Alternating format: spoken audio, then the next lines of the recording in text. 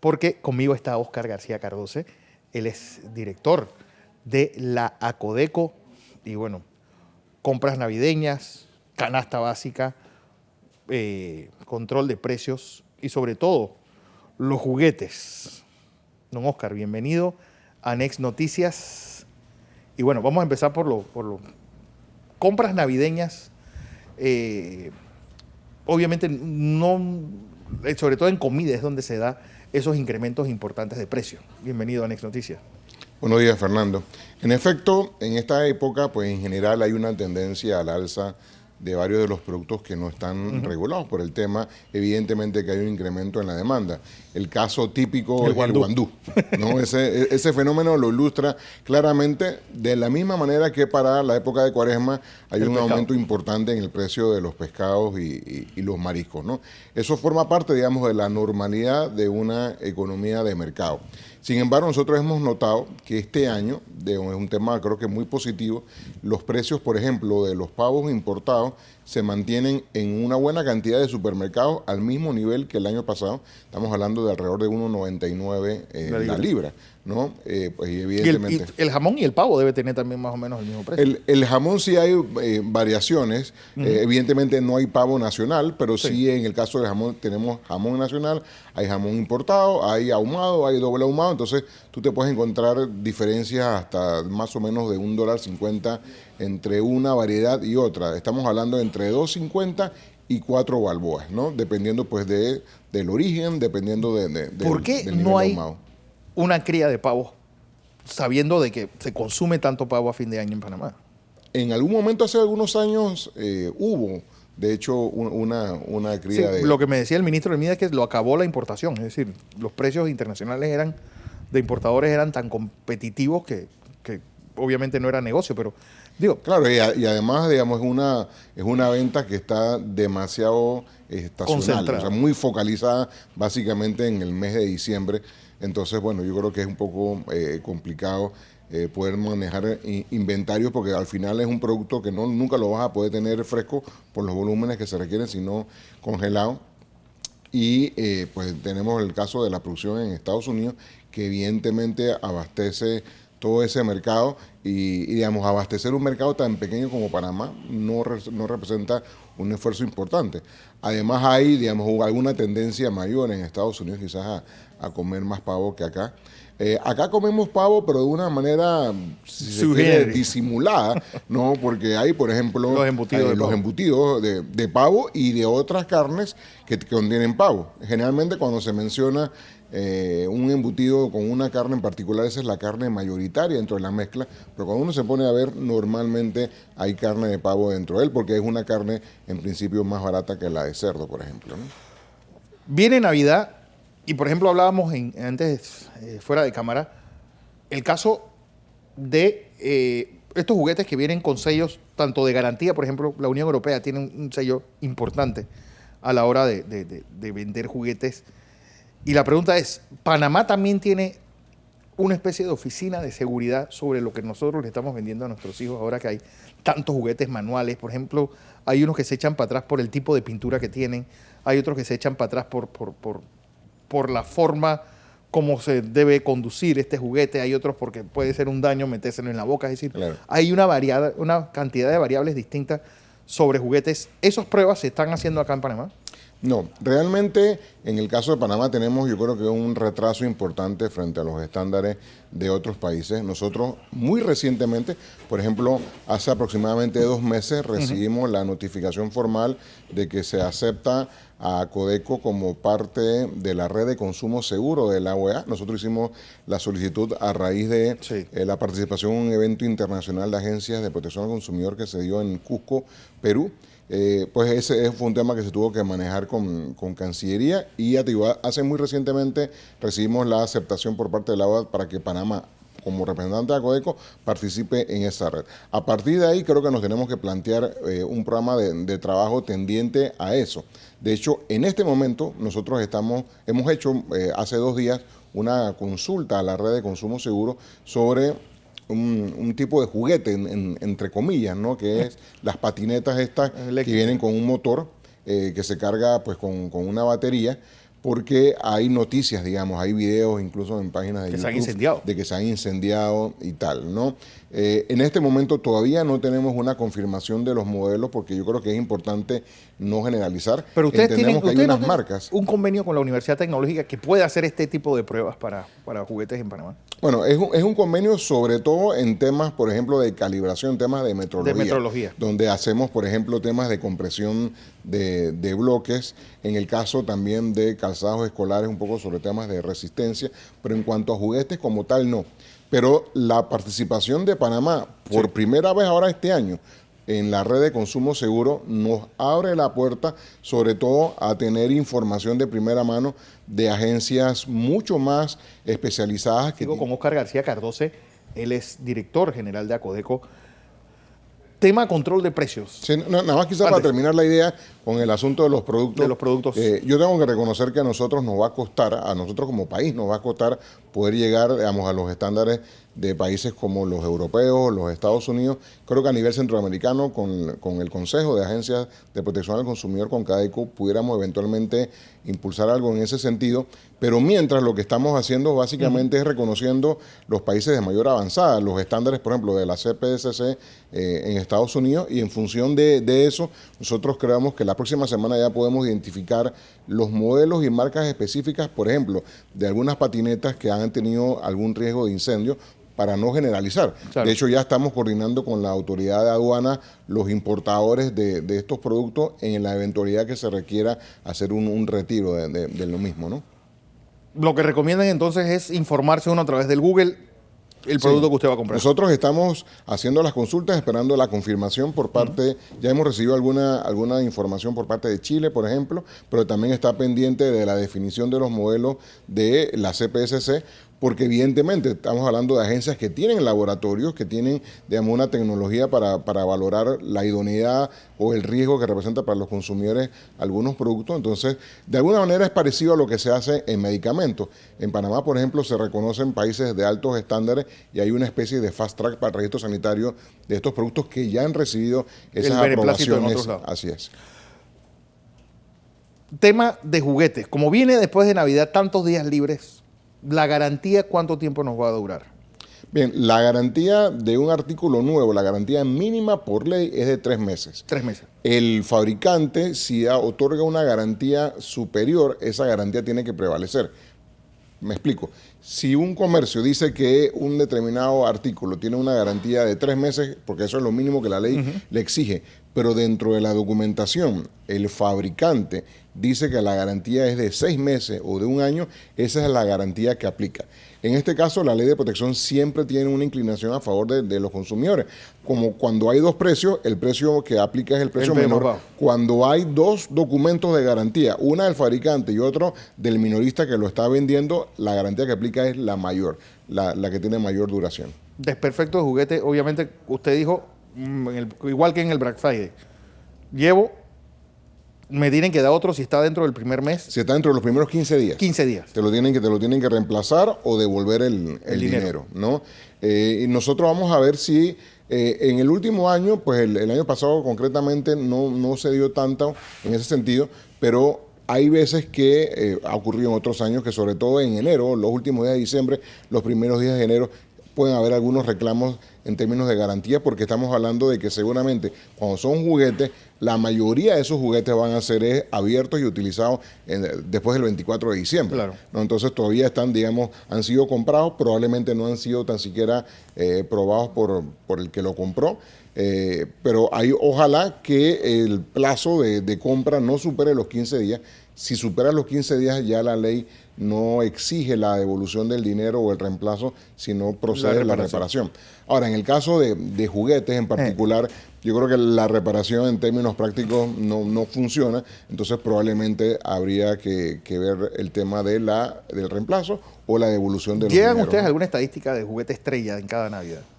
No, realmente no.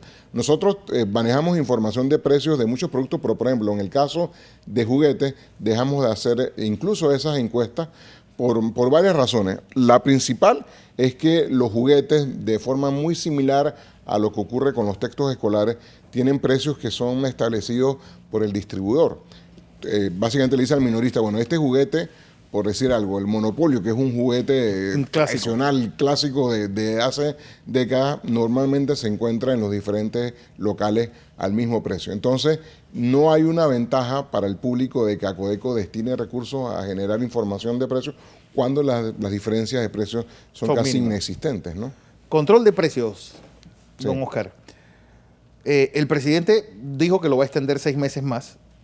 Hace unos 3 días hubo una reunión en la Cámara de Comercio donde distribuidores de supermercados, sobre todo, dijeron, bueno, el gran problema de esto es que ha sido solamente al precio final y no ha habido esa misma voluntad que el control de precios pues entre en toda la cadena de distribución.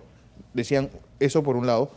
Y por el otro decían, al final esto es un decreto de emergencia que se hace por 6 meses y se ha ido prorrogando como si la emergencia se mantuviese. Sí. La opinión de Acodeco. Ok, hay dos cosas. El tema del nivel a donde se regula, la ley permite que se haga al precio al consumidor o que se haga al precio al por mayor o incluso que se regulen en los diferentes eslabones de la cadena. De hecho, por ejemplo, el tanque de gas licuado de 25 libras está así. Hay un precio regulado, por ejemplo, de 4.37 para la ciudad de Panamá, para los minoristas, pero también hay un precio al que el minorista compra. También está regulado ese precio. Ahí hay un subsidio que es muy distinto, porque claro, el distribuidor de gas hay un recibe subsidio cheque que justifica. Nosotros cada 6 meses, por ejemplo, recibimos una consulta por parte de la Secretaría de Energía en torno a la viabilidad de que la regulación se extienda y siempre decimos, mientras el producto esté subsidiado, no hay otra forma de garantizar que el público reciba el 100% del subsidio que no sea a través de la regulación del precio. La pregunta es, hablando del gas y abriendo un paréntesis sobre esto, ahora que el petróleo ha bajado tanto y el precio del gas también, ¿cuánto realmente es el cheque de ese subsidio? Porque debe estar en mínimos históricos. Sí, no tengo el dato ahorita, pero por ejemplo, cuando el combustible estaba mucho más alto, digamos, a finales del año pasado, esa factura de subsidio era como de $90 millones al año. La diferencia entre el precio regulado de 4.37 versus lo que costaría realmente eran aproximadamente 12 balboas. Ese tanque, si no tuviera subsidio, se debe haber comprado como en 16 balboas. En este momento creemos que anda por alrededor de los 11. Todavía hay un subsidio, por supuesto, muy importante y difícilmente los precios de los combustibles van a bajar a un nivel donde ese subsidio ya no sea necesario, ¿no? Pero si uno observa, el que compra tanques, por ejemplo, de 100 libras, sí está viendo, digamos, el que antes te costaba 60 y pico, ahora está en 47, me explico. Entonces, sí hay un movimiento con relación a los precios de importación porque también está asociado con los precios de paridad de los combustibles, ¿no? Pero para regresar un poco a la pregunta que me hacías, ¿no? Fíjate el tema de la temporalidad. De hecho, yo tuve una reunión con varios dueños o representantes de cadenas de supermercados donde un poco cuestionaban el tema de que, bueno, ya van año y medio y el presidente ha anunciado que 6 meses más, entonces vamos para un plazo de 2 años, que si eso es ilegal, que si la ley lo permite y tal.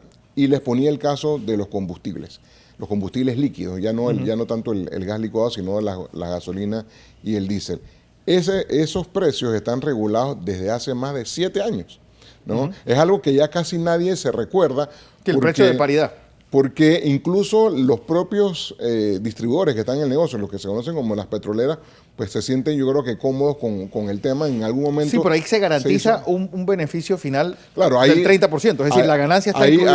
Ahí se hizo un ajuste hace aproximadamente como 3 o 4 años en los márgenes de las petroleras y de las estaciones. Entonces es un tema donde los agentes económicos involucrados no tienen un estrés. El mismo margen. El consumidor, pues yo creo que al saber que el precio está regulado, ya ni tan siquiera pues tienes una preocupación porque te da una tranquilidad mental. Pero lo rescatable a los efectos de tu pregunta es que estamos hablando de que tiene 7 años. Nosotros, casualmente, ahora en la administración que me toca dirigir de la Acodeco, ya van 2 notas que nosotros hemos enviado a la Secretaría de Energía, donde planteamos que a juicio de la Acodeco ya no hay una justificación para que los precios de los combustibles se mantengan regulados, al menos de la forma inicial, que creemos que hay que avanzar en un proceso de regulación, aunque sea parcial, por ejemplo, en la ciudad de Panamá y Colón, un esquema de libertad vigilada, donde si a raíz de esa liberación se observa nuevamente, digamos, algunos abusos, entre comillas, o sea, unos márgenes excesivos, bueno, el gobierno puede volver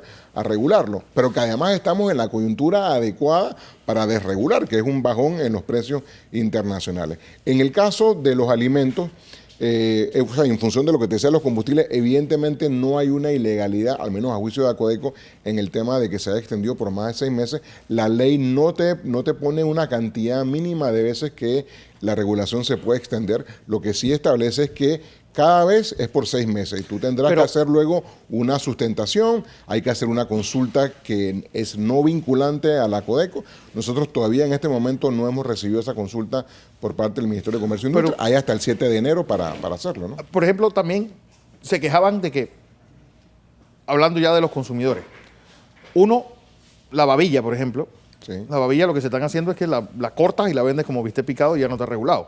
O la mueles y es carne molida y ya no está regulada. Igual dice, ¿qué está pasando? Que no está especificado las normas como estas, por ejemplo, el arroz, qué cantidad o qué porcentaje puede ser de arroz de tercera dentro de esa bolsa. Es decir, no hay una norma que indique la calidad del mismo producto a vender. Sí la hay, y te explico claramente. Que está dentro de la canasta. El caso del arroz. El caso del arroz puede ser el producto que está más normado de los que se venden libremente en este país, porque tiene un reglamento técnico que se llama... es el nombre de la regulación sobre temas de la calidad y tiene que ver con varias cosas. Por ejemplo, quizás lo más evidente, porque está incluso en el empaque, es el porcentaje de granos quebrados. Y en función de eso se hace una distinción entre arroz especial, que digamos es el arroz más selecto, si se quiere, donde el porcentaje de granos quebrados es de 5% máximo. Después viene arroz de primera, que es el producto que está regulado, que tiene un máximo de 30% de granos quebrados. Luego viene el arroz de segunda y el arrocillo. Pero el arroz que se reguló desde julio del año pasado es el arroz de primera. Ese estándar y que además es el arroz de mayor consumo, históricamente en el caso de Panamá. Ese consumo se ha incrementado en función de que los precios han sido uno de los productos que más reducción de precios tuvo. Antes de la regulación, digamos, en junio del año pasado, ese producto se vendía en promedio en 60 centavos la libra. Desde julio se vende en 40 centavos, entonces una reducción ahí importante, ¿no? 30%. ¿No? De prácticamente 50% de reducción, porque de 60 se redujo en 20, ¿no? Con relación ahora, ¿no? al precio actual. Entonces, ahí hay un tema importante. Con el asunto de la babilla, yo creo que hay algunos argumentos que pues tienen algo de peso, pero creo que también hay algún nivel de exageración. Por ejemplo, el bistec picado, ningún supermercado ni ninguna carnicería va a picar más bistec, ya sea babilla o sea pulpa negra o cualquier otro de los cortes de primera, si no tiene salida el producto. Entonces tú vas haciéndolo igual que la carne molida. La carne molida tú vas haciendo un poco en función de lo que le va ocurriendo a las bandejas que están en la nevera. Pero para la carne molida, nosotros sabemos que no es necesariamente de carne magra que se hace. Claro. Ahí hay una combinación, sí, ¿no? Y eso, pues, evidentemente, yo creo que ha ocurrido siempre, ¿no? Igual que en el caso de los embutidos. Pensar que en una salchicha se está utilizando carne premium, yo creo que es ser muy optimista, ¿no? Entonces, la babilla, por supuesto, al tener un precio significativamente más barato que el resto de los cortes de carne de primera, que el rincón, que la pulpa negra, que la pulpa blanca, etcétera, por supuesto se va a acabar más rápido. Claro. Pero eso es lo que está ocurriendo, que se acaba más rápido, porque su precio se ha abaratado. Eso no significa que haya algo así como desabastecimiento, sino que el producto se acaba ese día, al día siguiente vuelve a haber algo de babilla, pero bueno, la babilla representa de la disponibilidad neta de carne de una res 4%.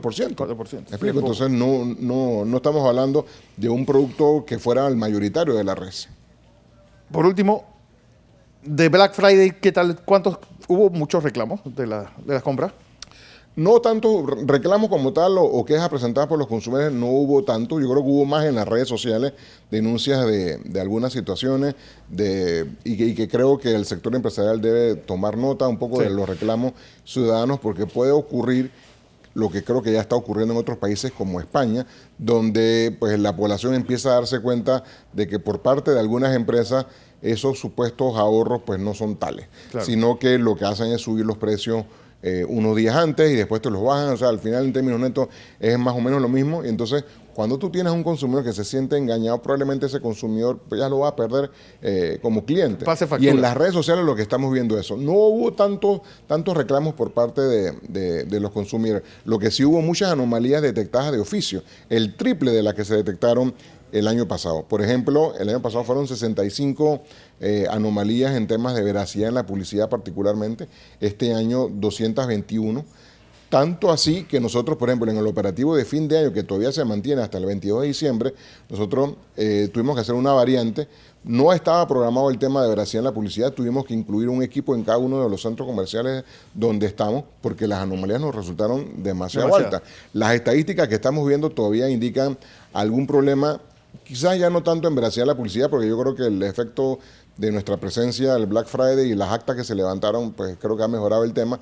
Pero, por ejemplo, en temas que yo pienso que son temas que deben estar superados, como productos vencidos. Claro. Hemos encontrado entre productos vencidos, productos sin fecha de vencimiento y productos deteriorados, que es como una misma categoría de productos que tienen riesgo para la salud de la población, básicamente la misma cantidad de productos que el año pasado.